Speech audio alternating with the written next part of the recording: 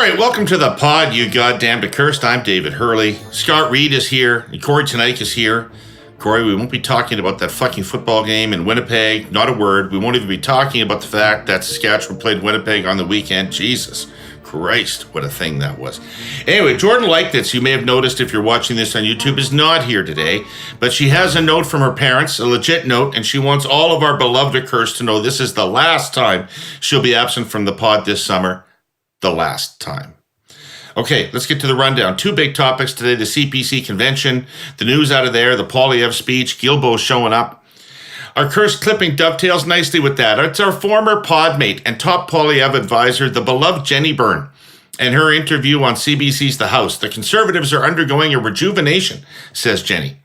Then, with their own caucus retreat starting tomorrow amidst tanking poll numbers and bitching from the backbench, we'll try to answer the question, what the actual fuck are the Liberals up to anyway? After that, Gordon Pinsent will restore some order with our Hey Yous. It sounds like a tight little show, eh? Scott, Kory, will just have to muddle through without Jordan and her shaky socialist internet. We'll manage somehow. We will manage. I'll try to fill in for her again as best I can. Excellent. Hey, Scott, how much money did you lose on the opening day of the NFL? It's always my favorite year. My favorite day of the year when you start losing money. I could buy and sell your ass, Herle. You can. I killed it yesterday. I absolutely killed it. I made so much money on the San Francisco game. I bet on every quarter. I bet on individual players. I bet on the over. It was just fantastic. I ate and ate and ate. Holy shit. All right. Well, the drinks are on you. The Niners look like the best team in the NFL. Some might say it's early. I say they're the best team in the NFL. It is early. Hey, Kory, you were in Quebec City. How was it? I was. Oh, it was great. Yeah, it was great. Quebec City itself, how was it? Quebec City is always beautiful. Yeah. It's nice. As you know, I've become a Francophile after my trip to Paris. So did you wear your beret? I was going to, but I forgot it at home. But thankfully, they sell them all over the place there. So I was able to pick them up on the street corner like electric bikes. I was able to resupply quickly and get that on and start bonjoring my way across the city. It was amazing. Quebec City has never seen French so poorly spoken by anyone, I'm sure. No, I'm sure. Everybody's got PTSD after that. All right, so let's dig into what happened at the convention. Let's start with the Poilievre speech. It was a bit long, Castro-esque perhaps. According to Mark Mulrooney, Brian Mulrooney says it is the best speech ever delivered at a convention. I guarantee you that Brian doesn't actually think it was better than any of the speeches he gave to conservative conventions. But never mind. Scott, you're the speech expert. What did you think of the conservative leader this past weekend? I thought it was a real strong outing. I have sort of two asterisks to that, two notes that I would toss out, which I'll come to in a minute. But let's start, to be fair, with what's working. First of all, it was theater in the round. Okay. So just for people who've never done it, you don't have a podium. You're going to have to work off of a teleprompter, combination of teleprompter and just having fully ingested and memorized those remarks. You're moving around. The physicality, especially with a crowd that large, is really important. You don't want to be constantly with your back to people. So you're kind of pacing it's a complicated piece of art. And so, it shows, it shows both his comfort as a communicator, how comfortable he is on stage, and it shows a little bit of his, God, man, give me that spotlight, bring it to me. Which you can be critical of, but like, hey, man, nobody got to prime minister by trying to hide their light under a bushel. So, I thought that the speech was really well constructed for the crowd. I think he needs another speech. I think he'll need another speech. I think he'll need to break out a different speech. Maybe with like 70% of what this speech had, but a little bit more. And by that, I mean, I think it really fed the red meat to the crowd, which is what you're going to do in a convention speech. When you write one of these things and you're always balancing, well, how much am I speaking to the hall? How much am I speaking to a partisan convention? And I want to be the best partisan in the room and really jack them up and get the love and get the applause. And you do that by hammering the living hell out of your opponent versus how much do I want to look like, the statesman? How much do I want to appeal to the broader public, which, generally rejects overt partisanship and they want to hear more about you and less about the other guy and all that kind of stuff. You got to come down in favor of playing to the room when you're at a national convention. You got to come down in favor of giving them a lot of partisan punch. And he did that. The laser focus on bread and butter economic issues, I think all that's really good. My two negative notes, just purely on the speech and his execution of it, would be this. One, I think you can still detect, and it's reflected in the speech, also is reflected in the policy resolutions and all that kind of stuff. It's still a party that's struggling with what it wants to be. It's still struggling with whether it wants to be the well-oiled, cannot miss, potent political machine that hugs the middle of the road, that goes where the votes are, that's aimed at the broad middle class, and is about winning. Or is it a movement? Or is it a cause? Is it that sort of like, I'm as angry as you are, the post-convoy, all that kind of stuff. And you can still see that tension. And then where I isolate the tension is in the slogans. He had 3 slogans in that speech. They've got the new slogan, a common sense conservative, which I know isn't terribly original and I know isn't all that sexy, but I think it's fucking spot on for the moment. I think it's really, really, really, really what the moment needs. And then you've got Bring It Home, which I've never understood. Like who home? What? Country roads? John Denver? What the fuck are we talking about? And then you've got, Freedom, which is just the legacy of the convoy anti-vax thing.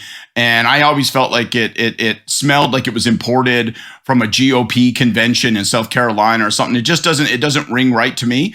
So you can still see they're sort of struggling with that stuff. The second note I would put is that and I've mentioned this before in the ads and in other speeches. Poilievre falls in love with himself too much. This mythologizing the story. He needs to tell his story. I think that's a really wise thing to do to take the edge off of him, particularly with female voters. But he should have others do it.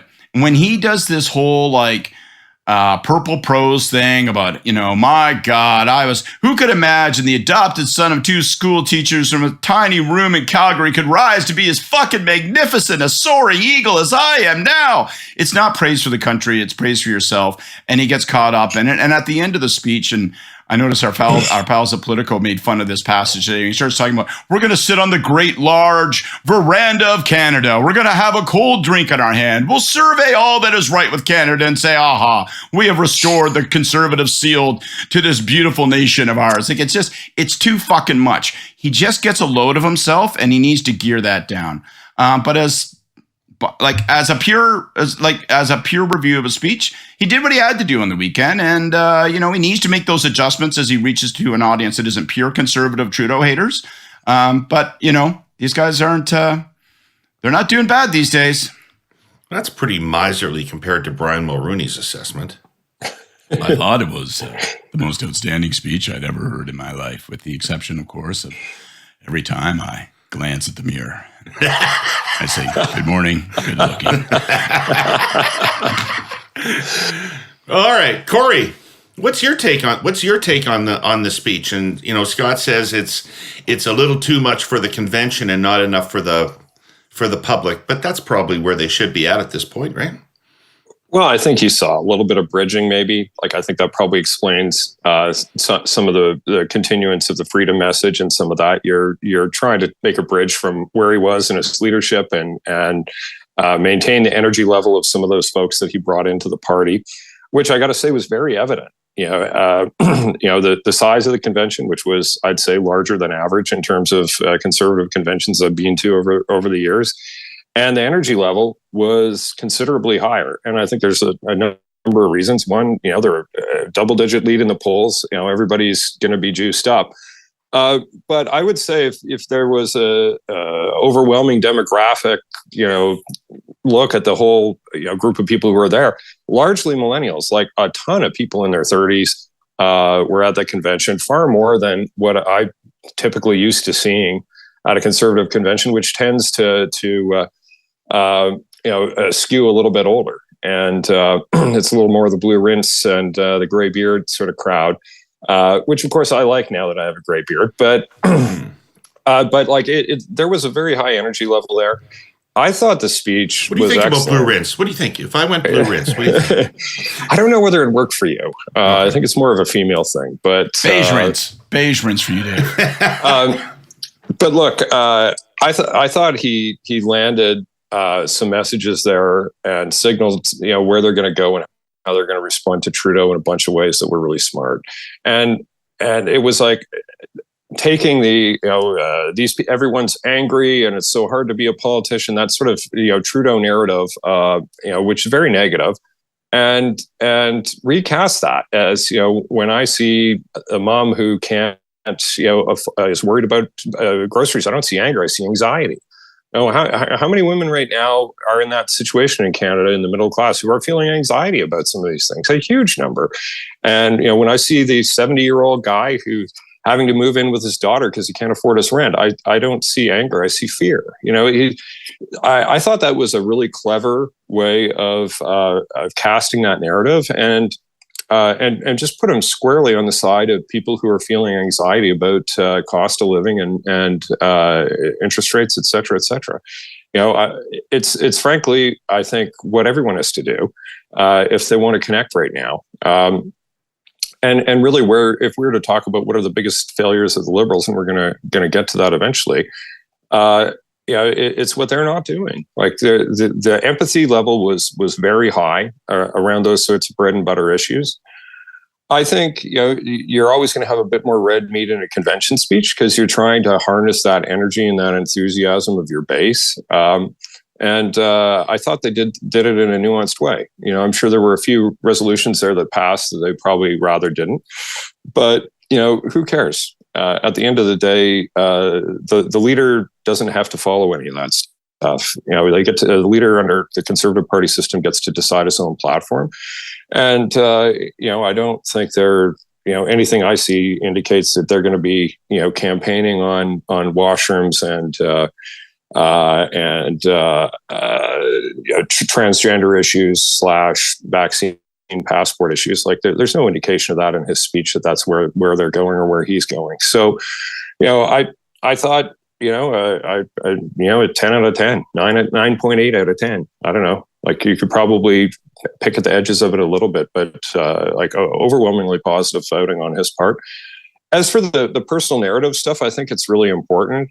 I hear what Scott's saying about it's always better coming from somebody else, but let's talk about that. The introduction was done by his wife, and I thought it was as effective as the introduction that she did after he won the leadership. I thought it was very, very compelling. Well, they're really trying to address the motive question that conservative leaders often get judged on by working class people, but who are they really for? Are they really for big business? Are they really for some interest I don't know about? And are they going to cut things that I care about, services that matter to me? So Poilievre, by rooting himself in that kind of lower class experience, coming from that, a merit kit, all that kind of stuff, I certainly understand what they're trying to do. They're trying to say all these ideas about housing and the promise of the Canadian dream come from my life experience. And that's what's rooted in. It does feel to me like it's an effective thing to do. But I also hear what Scott's saying about how self-aggrandizing it can morph into. Yeah, except, if you actually look at the speech, there was almost none of that from Poilievre himself. Like there was, that story was really laid out by his wife. And, I think that's the more effective way of doing it. But especially in Quebec, like I wouldn't underestimate how potent a political force his wife could be inside the province of Quebec. She is a Quebecer, in terms of having been raised in Montreal, and is obviously perfectly fluent in French, etc. So, like I thought it was a really good way of getting that out there. It's hard to attack him along some of the normal attack vectors that the Liberals like to use on Conservatives once you've been humanized in that particular way. So I thought if you're talking about vaccines, it was a great inoculation against some of those attacks. So we've been talking here about a specific kind of investment that improves how we live in this country. And no, I don't mean my lifelong emotional investment in a certain green Canadian football team, although my attachment to the Riders is absolutely critical to how I live. I'm talking about the $240 billion and counting our presenting sponsor TELUS has invested to connect the whole of this country, urban centers and rural communities alike, building out their wireless and pure fiber network infrastructure, continually innovating and expanding services. But last week, I raised the very real specter of today's uncertain regulatory environment and how it threatens to curtail that investing. Remember those mandated regimes I was talking about? Briefly, the CRTC is considering a policy that gives wholesalers access to an established carrier's wireline network and what that could do to rural Canada, especially if they set an artificially low mandated rate to drive price competition at the cost of everything else. Here's a very real example of what it might cost, Herle Burleyites. It's a big, craggy, far-flung, waterlogged country, eh? Somebody's got to connect it, and somebody's got to pay for it. Before the pandemic, the cost to build in our rural communities was 2.5 times more than in urban areas. Now, because of inflation and rising interest rates, that number has ballooned to between 4 and 10 times what it was previous. I mean, think about the vast distances between places, our low population density, the unforgiving climate, and all those pesky mountains, oceans, and lakes that get in the way. Not to be crass about it, but carriers like TELUS have to be able to recoup the massive investments it takes to build across all of Canada, not just our biggest cities. But policies like mandated regimes and the unpredictable cost pressures that come with it make the business case for continued investment in rural communities precarious. And I'm using precarious here as a euphemism for damn near impossible. Who ultimately pays the price? Canadians who live in our smaller places do. More next week. You know, Scott, when I want to talk about Quebec, and when I want to talk about Quebec, I turn to you. Mm-hmm. Because, you know, as somebody that probably knows less about it than I do. But this convention was in Quebec City, so that's chosen for a reason, right? They want to reach out to Quebec voters and show that they're interested in Quebec voters. I'm super interested in what they're doing in Quebec because they are paying no deference to the Quebec consensus or the Quebec elite. They have not asked for a meeting with François Legault to try to figure out terms to work together. They have not paid any, they've not bent down to the cultural industries or made any of those kinds of issue sets that people tend to tell you have to care about if you're going to be successful in Quebec. In fact, Chantal Hébert dismissed Poilievre a few months ago with the back of her hand in Quebec. But, you know, the polls are showing them somewhere between 20 and 25% in Quebec right now, which is higher than normal. And I'm betting that they're betting, and I don't dislike their bet, that there are a lot of Quebecers who are outside the Quebec consensus. So a couple of things. I'm not convinced that strategy of theirs is going to work, but I know I'm not convinced either that the alternative of going on bended knee to Legault and the Quebec consensus, as you put it, I'm not sure that will work for them. I think it'll ring hollow. That consensus will reject them. So why go and bend a knee to them? So I think that what will work is what's always worked in Quebec. And maybe ex post facto, they'll credit all of this and say, see, our strategy worked. But my guess is that won't be true, because what does work is with 2 weeks to go, you're winning. And Quebec says, we're taking note of the fact that somebody's winning the country. Let's get behind that move. And so, you know, I think, or that someone's taken off and someone's capturing the popular imagination. And so that's the strategy for them is to stay grounded enough that they're a viable option when it looks like they're winning the country and people go, all right, well, I'm going to plug in, and people in Quebec. I thought it was really interesting the way that they tried to, in his speech, if you notice, there was a parallelism in English. He talked about the NDP, the Liberal NDP bargain, that's holding you down, that's fucking us over, blah, blah, blah, blah, blah, right? And then in French, he spoke of how and there was a subtle difference from party label to personal label. Then it's Blanchet and Trudeau and Blanchet, and they're combining. And Blanchet is propping up the government. I thought that was interesting. I'm not sure that works, but I thought it was interesting. I'd like to watch the lab experiment unfold and see if it captures any percentage of Quebecers. But we'll see. It's always going to be for an Anglophone the last. It's going to be the last domino to fall, Quebec, right? So, we'll see how it plays out.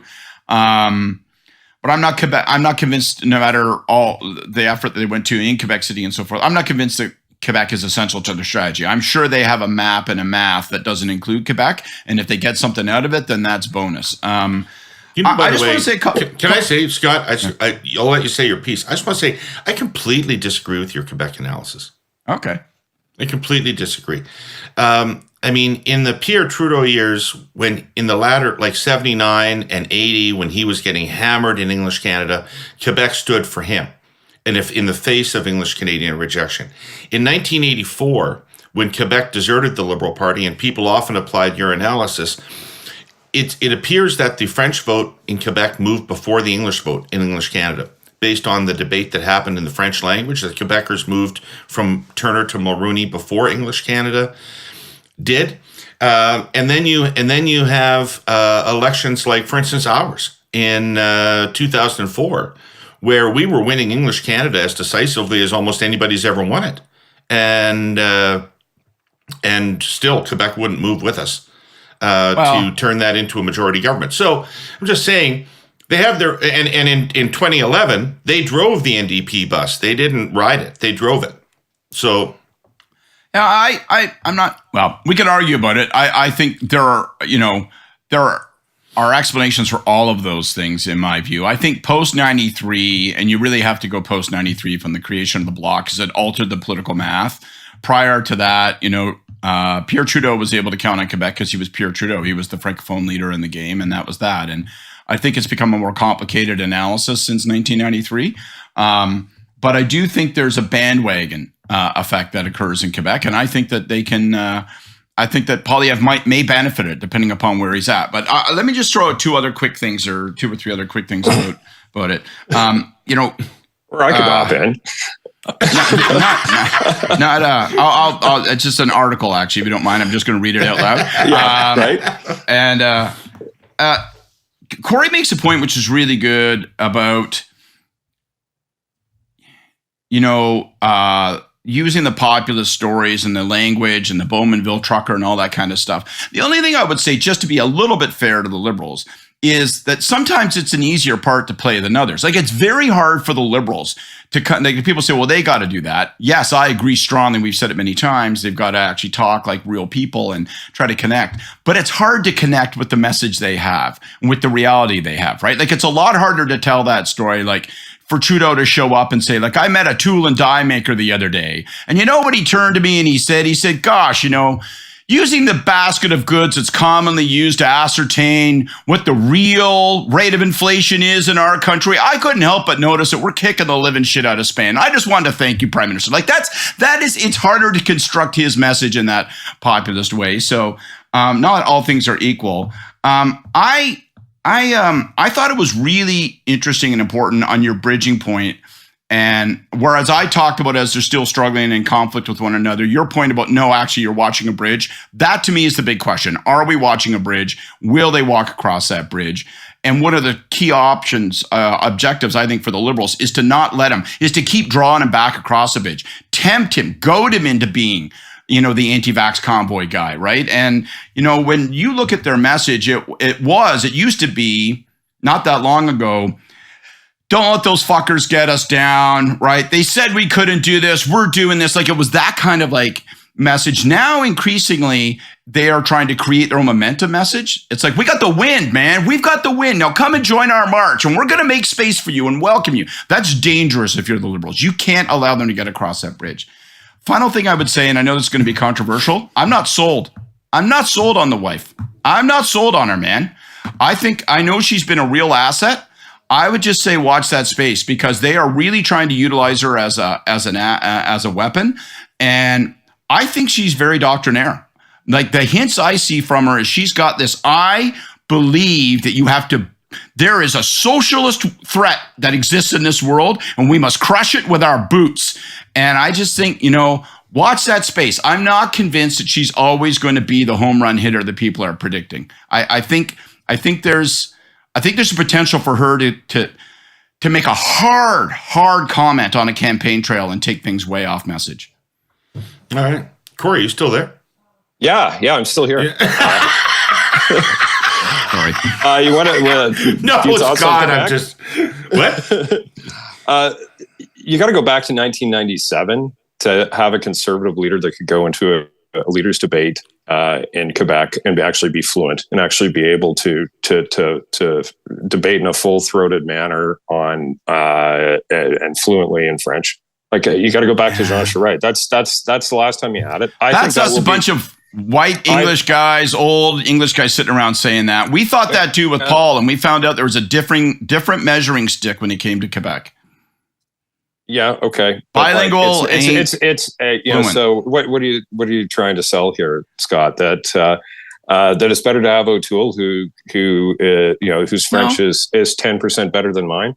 Look, it's obviously an asset. I think his name is an asset. I think the fact his wife is a Quebecer is an asset. I think there are a bunch of assets that they have in Quebec that they haven't had before. That said, as listeners to this podcast will know from, however many episodes Jenny has done over the years, very much a school of thought that you can win without Quebec. And to that, I'd say, look at 2011. Like, I don't think that their strategy is dependent on Quebec. I think anything they get there is a bonus. But not just what they get, what do they keep the Liberals from getting? And you could see some very interesting vote splits that are not in the Liberals' favor with the Conservatives in the mid-20s. Like it could be devastating. It might not win them the government in the traditional way of putting a bunch of seats behind your party and in the Commons, but it could absolutely skewer the Liberal Party's chance of winning even a minority government by costing them, 10 or 15 seats. Like that's all they really have to do to put it outside their reach. So, we'll see what happens. But all things being equal, they're doing much better in Quebec than they historically have, and how far they can go, we'll see. I do tend, my view on Quebec is it tends to move more during the actual election campaign and not so much in between elections. So, we're not really going to get an answer to that question, in my view, until we're in the campaign. But there are a bunch of reasons I think they should be somewhat optimistic about it. And I don't think that they should twist themselves into a pretzel to try to accommodate what are, Legault's views on things or whatever else, because I think those things have the potential to kneecap them in other areas of the country where they need to win. So the sort of undertones of xenophobia that are part of Quebec politics, the sort of anti-immigrant sentiments, etc. That stuff is toxic for you in the GTA. Where you need to win places like Brampton, like that dog doesn't hunt in those markets. So, right. Why even try to play that game with them? So I think from a strategic perspective, they're doing exactly the right thing around Quebec, and we'll see how well it goes, but I don't think they're banking on getting anything out of it. I think they've got an electoral strategy that is independent of having to do well in Quebec. So any meeting held in the offices of our sponsor, CN, starts with a contemplation of safety. That is to say, each and every meeting, period. Safety is a grail at CN, as you'd expect from a company whose business involves deploying some of the most powerful machines on Earth to move millions of tons of cargo over hundreds of thousands of miles every year. CN is responsible not just for keeping its 25,000 plus railroaders safe, but also the cities, towns, and villages along its North American network. So the railway spends a great deal of money on safety equipment and technology. Its railroaders are encouraged to talk about safety and think safety and live by something called life-critical rules. They learn to think about everything they do, and that impulse can be deadly. That luck, while wonderful, is no substitute for vigilance. CN employees who come up with innovative safety ideas are honored and rewarded, like the track inspectors in Manitoba, who began carrying cans of spray dye, using it to expose track defects that might otherwise cause serious accidents. Later on this month, CN will participate in Railway Safety Week, a series of events meant to raise safety awareness and encourage the participation of the communities along its network. The fact is, though, every week is Railway Safety Week at CN, and always will be. Oh, one other thing. If CN has a single overriding message to communicate to Canadians on rail safety, it is this: stay off railway tracks and obey signaling. For heaven's sake, never try to race a locomotive.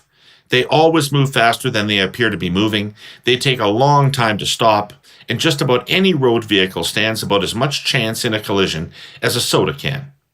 Be safe, people. All right. Okay, let's go to our clipping. Music, please. All right. It's a sting, actually, I think, more than music, really. But in any event, our clipping today is Jenny Byrne was on The House with Catherine Cullen this weekend. Holy Christmas, Catherine, what a coup. You got Jenny to emerge into the light and say something. So it was pretty cool. And it was great to hear Jenny on the radio again. Here's a few excerpts from the story about the interview.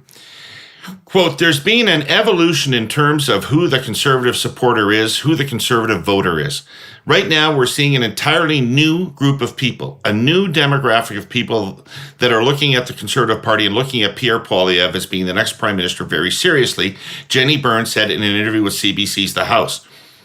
Byrne, who served as Stephen Harper's deputy chief of staff and as principal secretary to Ontario Premier Doug Ford, told Cullen that Canadians of all kinds are responding to the party's, quotes, common sense message on affordability. Byrne cited millennials, women, new Canadians, and former NDP voters as key demographics that are considering the Conservatives in a new light. She also sought to avoid questions about whether the party would entertain attempts to reinvigorate the abortion debate in Canada. Obviously, if there are groups that did not see policies that they were espousing or they wanted, it was evident that it was not the priority for Conservatives across the country in every region, Byrne said. So, it doesn't sound to me like she didn't want to comment on it. That sounds to me like she was dismissing it. But in any event, there's a few things in there that really caught my attention. And the first we've alluded to, and that is this common sense messaging. Which is the latest theme, it appears. There's a book coming out on Mike Harris imminently this fall, and to which I have contributed a chapter of all things. In any event, obviously the Mike Harris slogan was common sense revolution. I always thought that was a genius slogan because of both halves of it, especially at that time that they unveiled it. This is interesting to me because it feels like for quite a while, Poilievre's been campaigning on the revolution side of that equation, has now decided to campaign on the common sense side of that equation and drop the revolutionary side a little bit. But I think, as you were alluding to earlier, Scott, I think common sense is a far better place for them to be than freedom, for example. Yeah, I mean, I don't have a ton to add to what I've said before on this. I really think the common sense is a tailor-made label for them right now. I think that it cuts to the heart of the moment. It does counterweigh, as you say, the implication that they're a movement, that it is a revolution, that we're going to change this goddamn country so thoroughly you won't. They don't need any of that kind of scary shit, right? Common sense fits the moment in terms of where we are economically. People are feeling a little apprehensive, right? So common sense just says, look, we're going to actually do the things that make good sense, step by step, day by day. Common sense, I think, contrasts nicely with what feels like a government agenda that often is distant, kind of technocratic. You know, you talk about climate policy and it feels very removed. So I just think that label makes great sense. And I do detect in his speeches, it isn't just a bridging thing. I think there's some pride of authorship. I mean, I think Poilievre is a guy who fancies himself a thinker and a writer. I think he genuinely does. You detect, when he says, well, I speak with an Anglo-Saxon cadence. That comes from like, I have a a pseudo scholarly Jordan Peter-esque aspiration to me. I'm bilingual. and I could speak elite, but I choose not to. I speak ordinary. Yeah, and I just think so. Common sense may feel a bit drab in comparison to all those things, but I think that works. I think it fits the moment, and I'd get rid of all that freedom bullshit and bring it home. Just drop those stuff. They have to sit the leader in a room and argue with him for 4 hours to get him to drop it. Do that, because common sense is way better, and I think it's a very potent slogan for them. Kory, what'd you hear in Jenny's interview that interested you? Well, I think she's bang on about saying it's a reinvigorated party, and that and the base of the party is looking different than it has in the past. There's some parts of that I don't think are particularly innovative or new, like the reaching out to sort of traditional blue collar workers. You saw a lot of that with Ford, and you've seen other leaders sort of reaching for some of those folks with different levels of success. What I would say is that at the federal level, I think Poilievre set a high watermark for success in actually reaching out to some of those folks. And so I think that changes the complexion of the party, and it changes the electoral map in terms of where they can win seats, especially in southwestern Ontario. But what I think is most true about that is actually about millennials. We've seen Conservatives do well with new Canadian communities. Certainly that was a big part of Harper's electoral coalition as well. And I think they're more than holding their own in that area. But what's really different is the number of millennials that are supporting the party and what level of support that is. They've opened up a significant lead in that demographic. That's new. And the other thing that's new is millennials are now voting as you would expect as they get older and wish they had mortgages. Many of them don't. I think that's a big part of the issue. They're turning out to the polls in numbers that we haven't seen before. And I think that is a huge, huge strategic victory for the Conservative Party in terms of putting those folks as a part of their electoral coalition. And so it's bringing energy to the party, and it's changing where they can win. David, I think... Go ahead. Well, I just think we should take note of the fact that Jenny did this interview. Right. And I know we're all happy to see her in the media again, and as her friend and stuff. But I think it has a significance beyond that. Right. And look at what the first principal message she had in that interview. And it was the thing we were talking about a little bit ago. Right. It's the bridging from a message of, you know what? We're a band of brothers and they're trying to put us down, and fuck them. We're going to fight them to the last draw and we're going to win. That's moving out. And now we got to march. There's lots of people joining us. We're bringing new people, the rejuvenation message. I think it's really notable. I mean, all of that sounds in some ways kind of predictable, but Jenny on the weekend of the convention, sending that message, I think is really important because she's the high priestess of hard assery, right? So to have her say, I'm giving every single rank and file Conservative, Poilievre follower, permission to say, you don't have to be a raging red meter. We can now talk about ourselves as a broad, welcoming group that's picking up supporters here and there and everywhere. I just think whether it was intended or not, I think it's a really important shift of gears. And again, if I was a Liberal, I'd be scared pissless about it. I think I noticed she couldn't bring herself to reach out to trade unionists, but I'll say one other thing. This is observation I had from the convention, that what you've seen with the Poilievre complexion, the party and the party membership, and the people who weren't just in its leadership but now sort of carried over to a convention a year later. There's more of the convoy element there than there is the SOCON element. And so, if the thought was, there's going to be big fights around social conservative issues like abortion, not really. Where they went in a different direction, it was more in the convoy direction around vaccine, what they call it, individual autonomy, Well, that's not really a SOCON concept, because if you go down the my body is autonomous road, that's also the morning after pill, and probably a different view on drug use and a bunch of other things like that. That notion is far more of a libertarian notion than it is a social conservative notion. And what you saw is those kinds of policies were the ones that that were outside of what I think their main narrative is.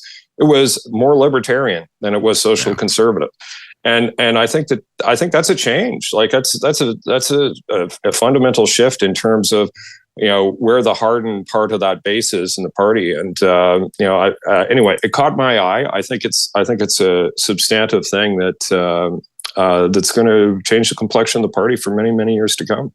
I think that's such an interesting point, that challenging cleavage within the party is being defined differently these days as they become more of a working class, populist, raise your fist kind of party. And I think that's super interesting.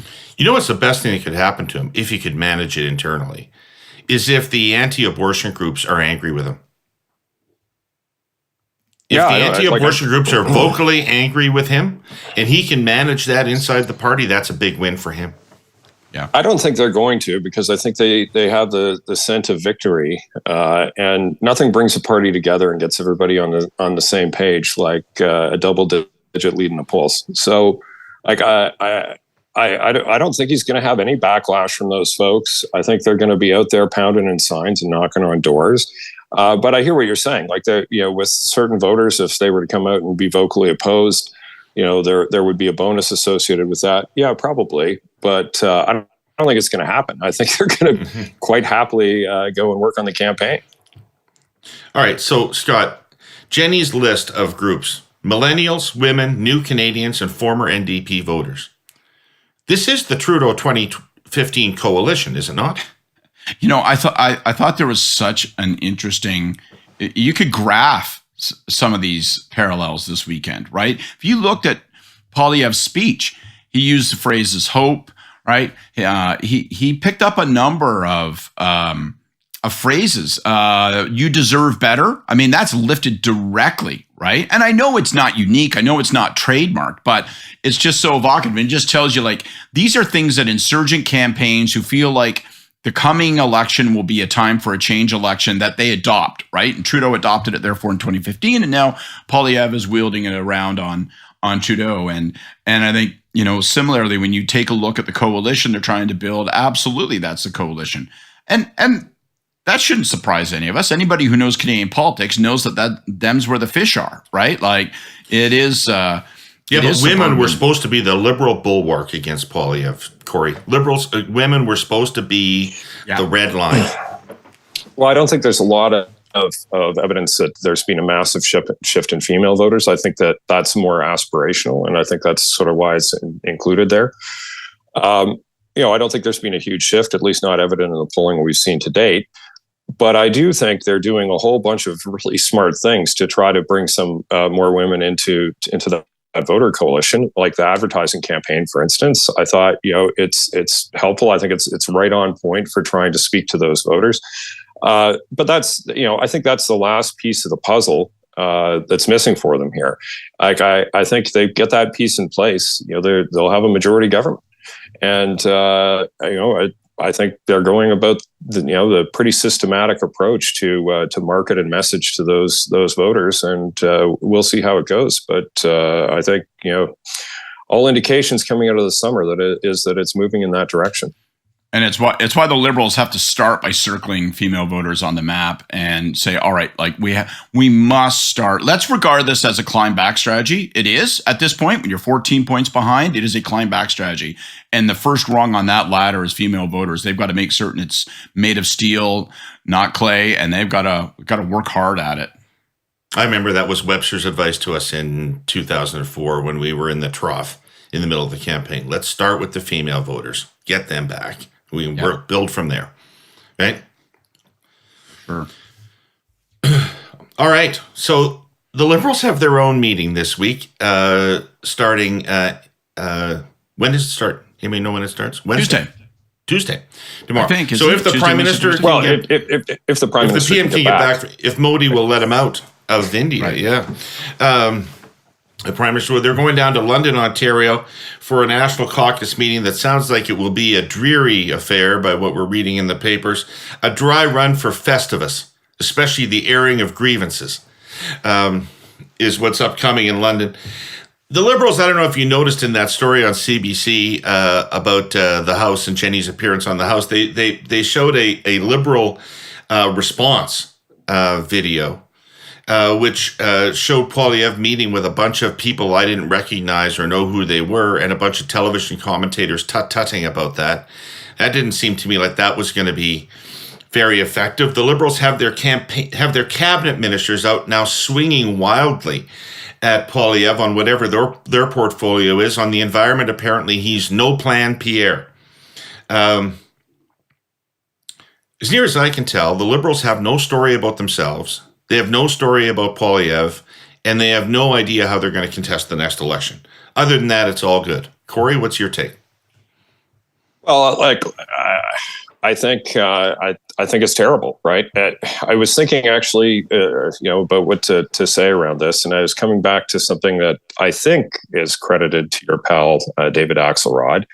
But correct me if I'm wrong. You got to meet voters where they are, and I think that's what they're failing to do. Like I think and what we saw, we just talked a lot about Poilievre's speech. I think he's meeting voters where they are.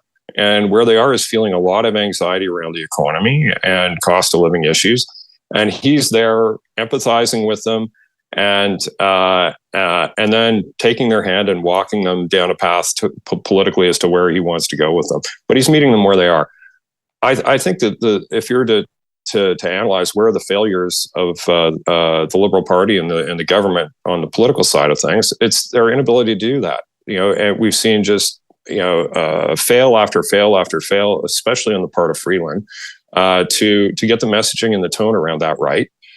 And where is it they want to take them? I'm not sure they know. And I think they're kind of, and it's going to be a preview on my Hey You. I want to talk a little bit about Paul Wells's column.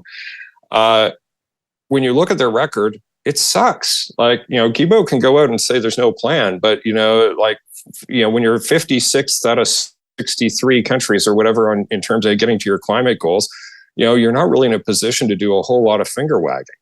Like, I think, the shtick has gotten old. They're long enough into the life of the government where the sort of platitudes and bromides from the prime minister are starting to ring really hollow.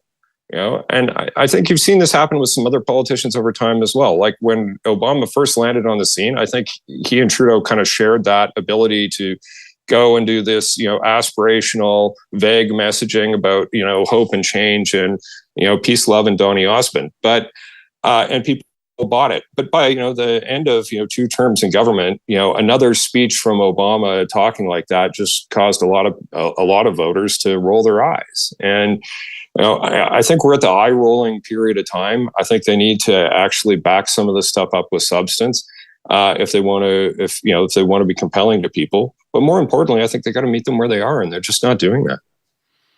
Scott, what's your feeling heading into this caucus meeting? Apprehensive, because I think that it has a lot of negative ingredients, and I'll leave it to Kory to talk about Paul Wells's column. But it was punishing. And the most punishing things that get said about you are the things that also ring a little true. And so, when you say a broken plane is a metaphor, it's starting to feel a little bit like that's where this thing is at. You already get signals in advance that some caucus members who are correct, and some caucus members who are just half-cocked and angry, sound like they want to talk out. So that creates a confrontational framework going in. It feels like that's kind of the way what media are looking for. So you got that dynamic. Now you have to spend half your time disabusing people that every single phrase isn't like an attack and so on.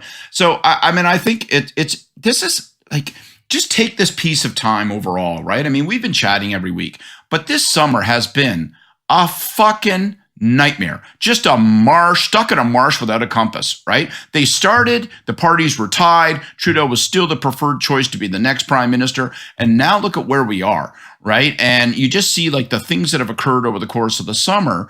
There isn't a single positive indicator for the Liberals. So they got to turn this around. They have time. They got 2 years. But they have to play cards. It's like they're in a bridge tournament and they're afraid to play Trump. They got to start playing some cards. What's the strategy? Like, what's the theory of winning right now? Well, I can manufacture one, but no, I'm not asking you to. Sorry, I'm just saying I don't think there is one. I think they're like operating around. Like you put it as you don't know what to do. You don't know what tactics to choose. You don't know what policies to pursue or prioritize. You don't know anything if you don't have a theory about how you're going to win the fucking election. Right, and like you put it very succinctly. They don't know what their own story is. They don't know what story they want to tell about Pierre Poilievre, and they don't know what story they want to tell about the next election. And I think one of the pieces that you are so correct, one of the pieces of evidence of that, if you take a look at, they had a tactic this weekend. Their tactic was to platoon ministers, but they didn't have a single message. They had a coordinated. Variety is an indication there's no strategy, right? So when it's just like, you got, I noticed Seamus was pounding on them about trade unions, but then you've got other ministers talking to them about, they're not in favor of this or that. Like there's just, it's a mess. And I thought Miller called him a jackass. Guilbeault was like, all I saw now, maybe it was more compelling in Quebec and in French, but in English, the clip I kept seeing of Guilbeault was him going, he has no climate plan. Like, fuck guys, that's not a coherent, like threatening point of attack. Like it doesn't really just translate into people go, well, I need to rethink about this guy. So I really do think it's a moment. It's a liberal plan that isn't working, right? Mm-hmm. So like it's not, well, it's pretty straightforward. It's a moment for leadership, right? It is a moment for leadership. So you got to come in there and say, listen, right? We've got 2 years. Here are the things we're going to start to do. We're going to start to play some cards. First thing is, we all get on the same page. Our message going to the microphone today is X. I don't even care what it is as long as it's coherent and consistent. And then we're going to be making some moves. And we are making moves. They've just got to start to lay out some sort of structured approach.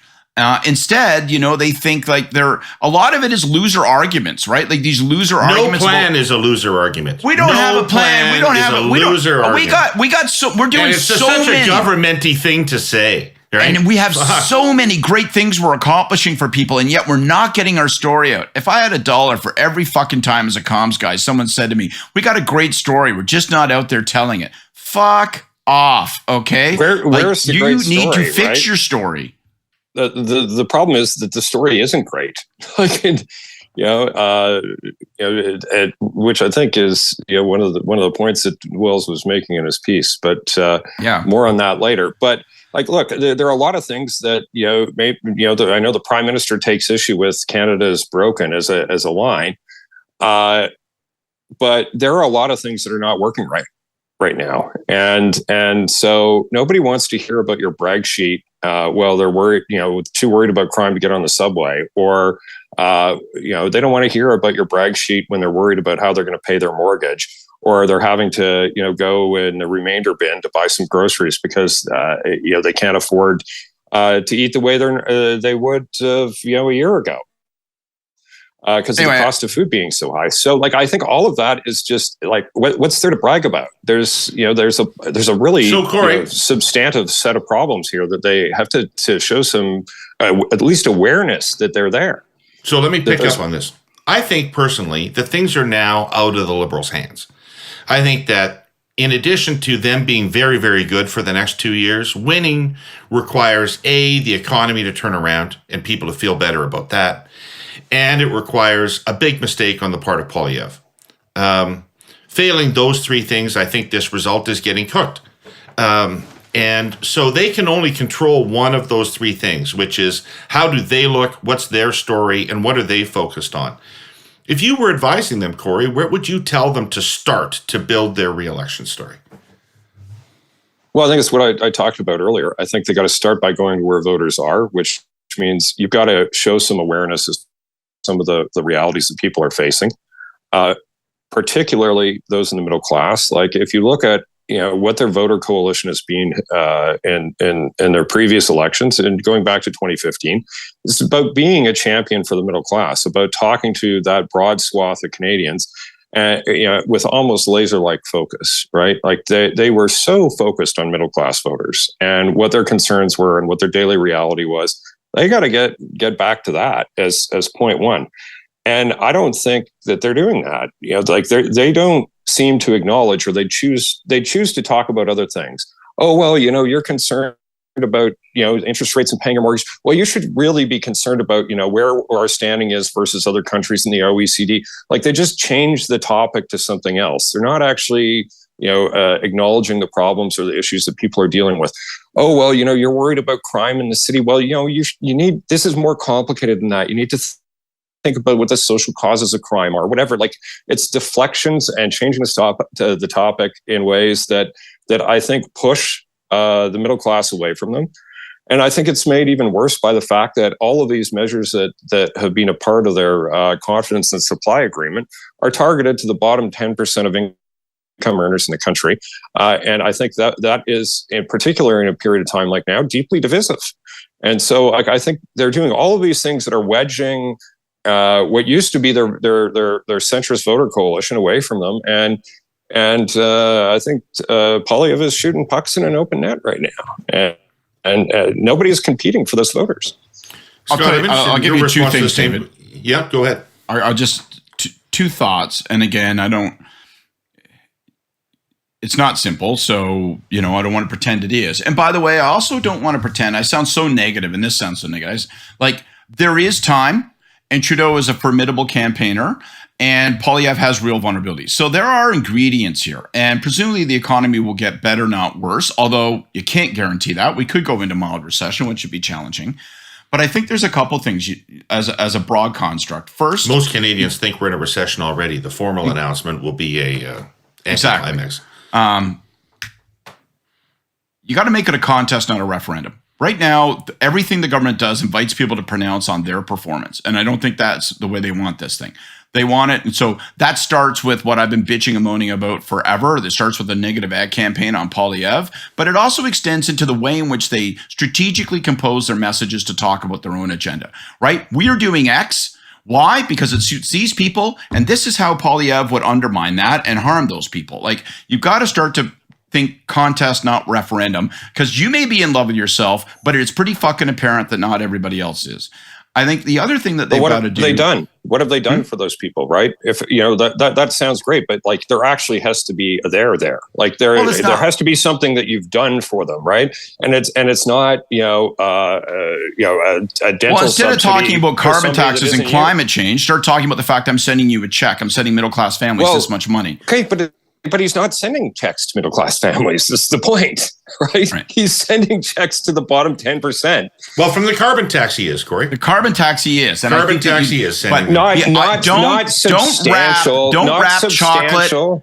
Don't wrap chocolate in medicine, right? Do not wrap chocolate in medicine. Don't send people the check and then say, and by the way, we are fighting climate change and we're doing the right thing and join me in God's march here. Like it's too...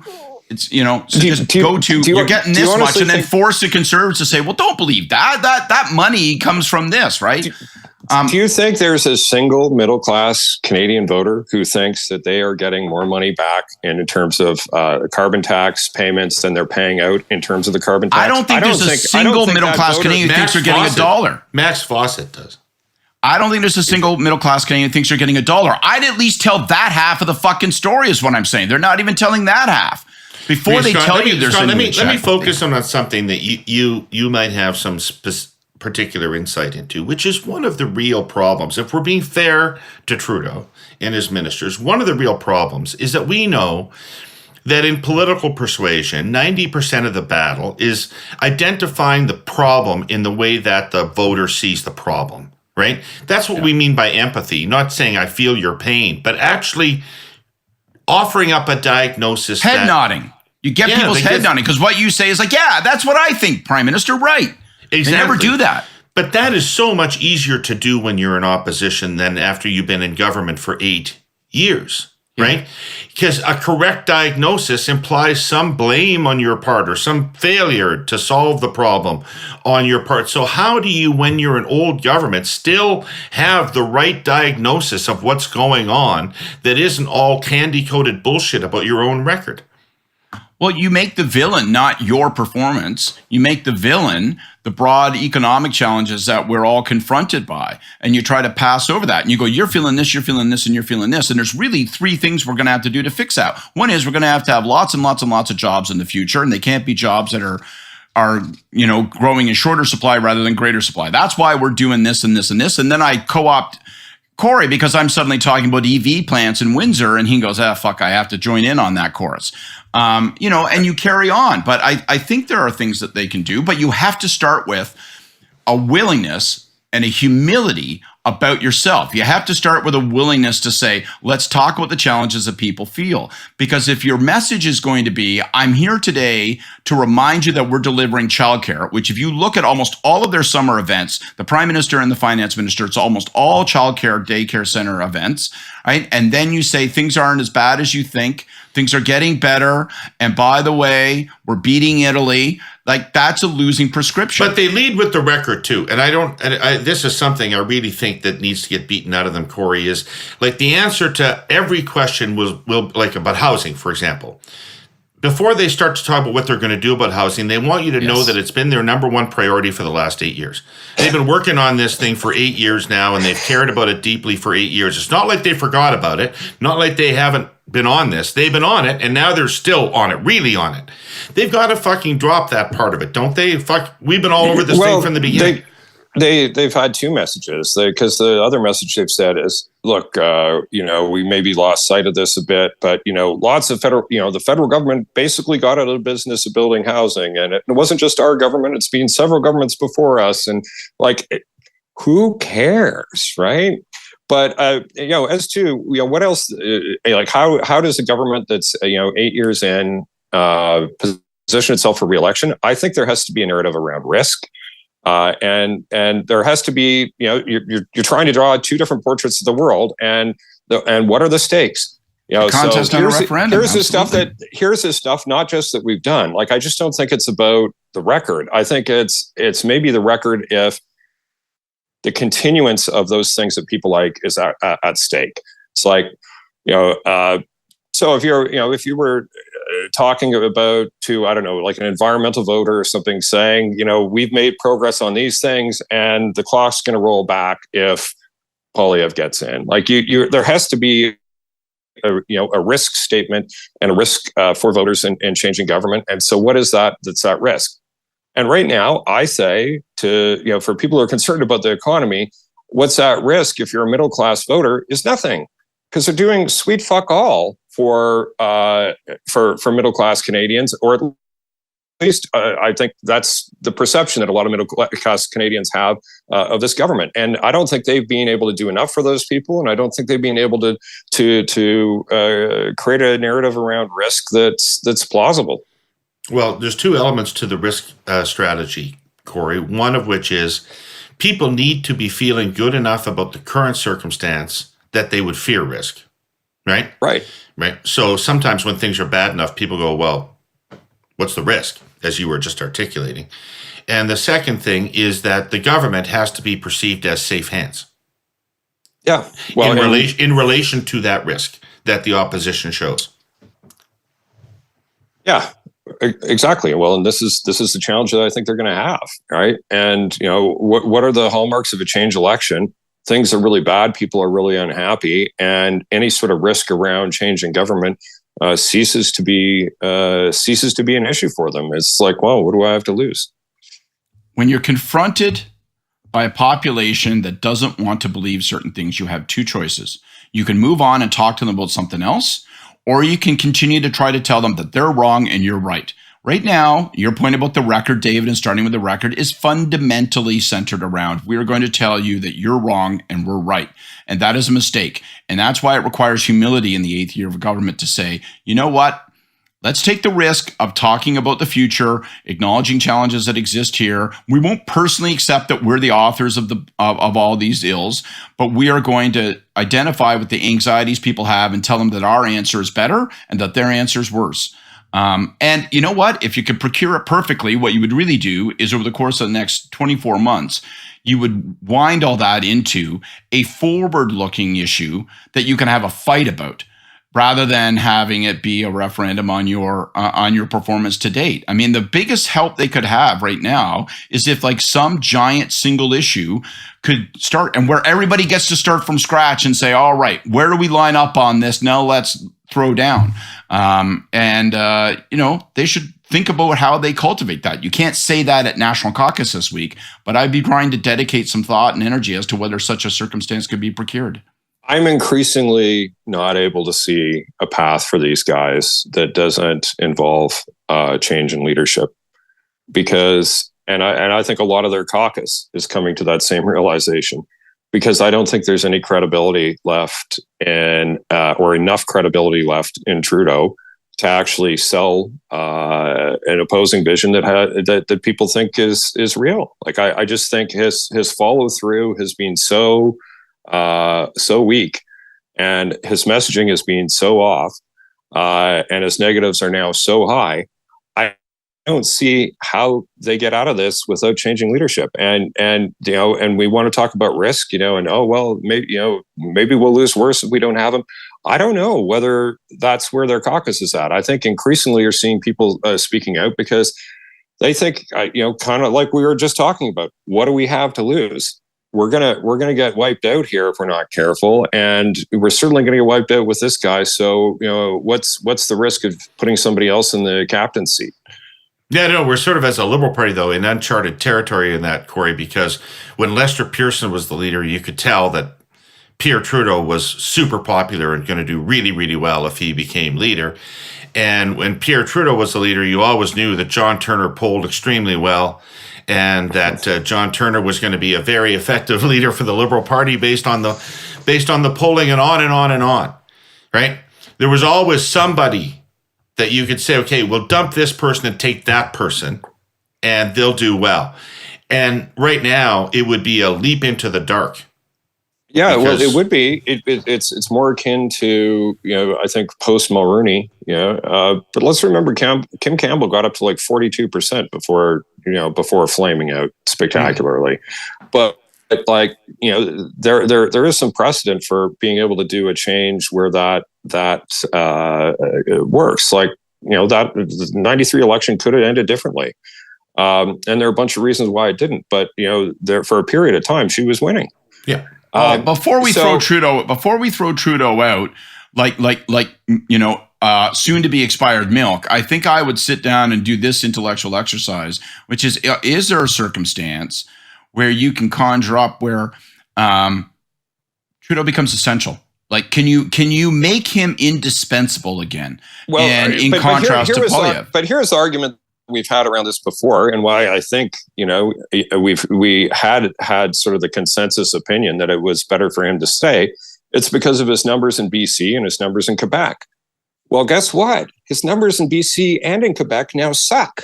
So, the reasons that I would say were driving the analysis that you're better to have him there have changed. Circumstances have changed. And so either he gets his numbers up in those two markets in a way that is not obvious from where we're sitting today, or what's the case for keeping him? They would be better to have, Joly or someone like that, who at least would have game in Quebec and, save the furniture, than they would be to, march to certain doom with Trudeau, which is kind of what it looks like is going on.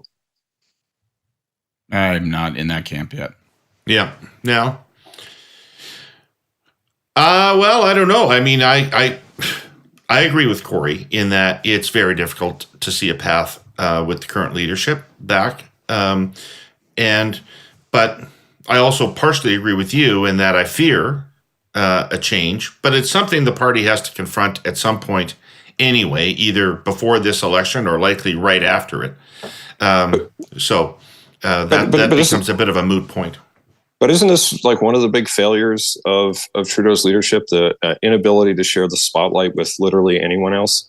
And the net result of that is there are no heir apparents. When all the sun shines on one person on the team all the time, it's hard to have it's hard to have alternatives. And for I know lowest profile cabinet ever, really. Well, like, I know you guys don't have a love affair with Jean Chrétien, but give him his due. He allowed a Paul Martin to exist in his universe. right? Like he allowed other cabinet ministers to actually have some spotlight and profile and some latitude to make decisions.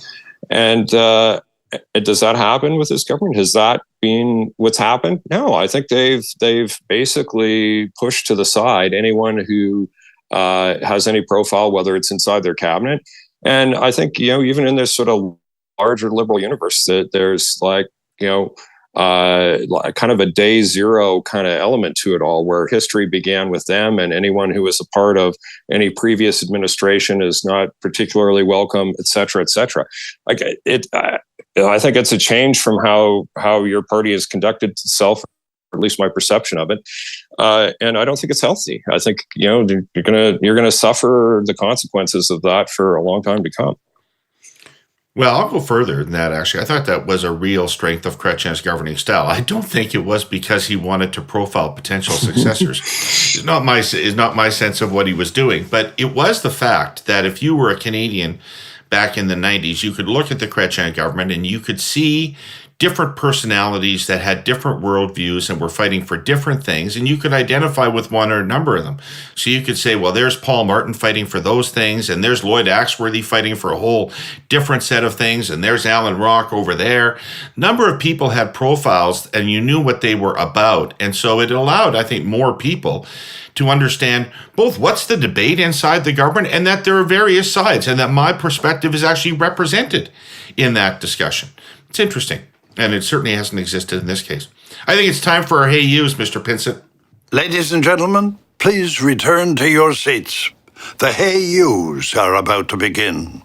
All right. Kory?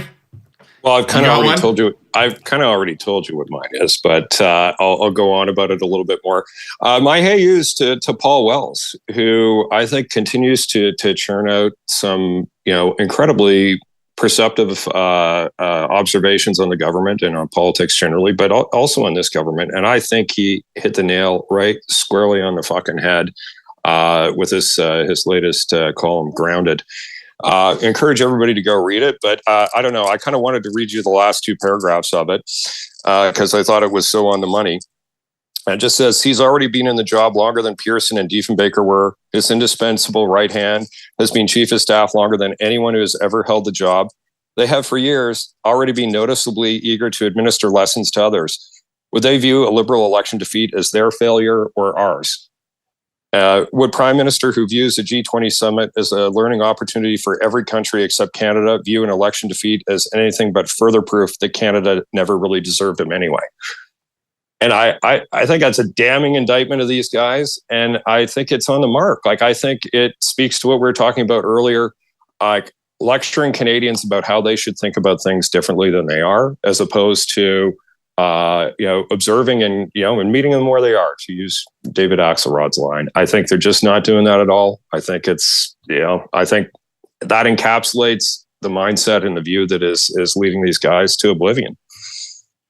Well, Paul finds himself in the fortunate spot of the bitterness he's long felt toward the government is now starting to be echoed by all of Canadians, and it makes him sound right constantly. Scott, you got a Hey You? Yeah, my Hey You, it also stems out of all these discussions, is to Liberal members of Parliament. Piss in, don't piss out. And I know nobody will take this advice, and I know it's not going to happen, and I'm not lecturing as like an old-time hack and telling you this. I'm just saying right now, this government is in a treacherous spot. This has been a fully disastrous summer. And the frame going into this national caucus is about internal division now. And, it's going to be really, really, really easy for the cheapest line to get the biggest bang. And just don't be that person, because you've got a project. You've got a self-interested project, disaffected member of Parliament, and that is to get this thing back on the rails. And it will not be helped by pissing out. I would piss in. Like I drank 4 jugs of water. Okay, I would let it fly. And my corresponding Hey You to Trudeau and the team is let people vent. Let people vent internally. And by the way, be prepared for all of what I've just suggested to fail, and that the inevitable story of this is internal division, and then take your lumps and move on. But Liberal members of Parliament, piss in, don't piss out. Scott, it's a good one. Can I add to it one little bit? You may not agree. Telford and other PMO staff, leave the room. Well, that would be a big signal. Leave the room. Let the caucus talk to the leader. That would steal the headline if they stood up and walked out, folded their notebooks and walked out of the room. It would signal change, and it would probably alter the narrative. Well, if they're going to do that, they should resign, right? Because like that's kind of what that message is. We were never in caucus, and I don't think senior staff should be in caucus. Right, I agree. My AU goes out to the Honorable Monique Béchamp, who passed away.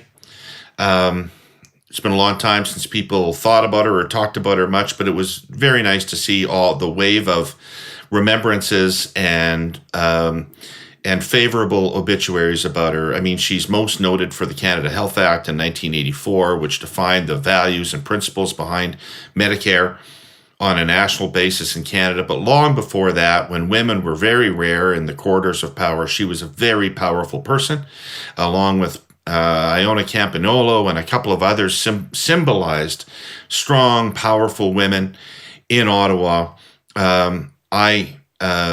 She supported John Turner in 1984, and that was a big signal to me that people who believed in things like Medicare and believed in the social side of the Liberal agenda could support Mr. Turner. And then I had the privilege of working with her closely on both the 1990 leadership campaigns and 2003 leadership campaigns, both of which she supported Paul.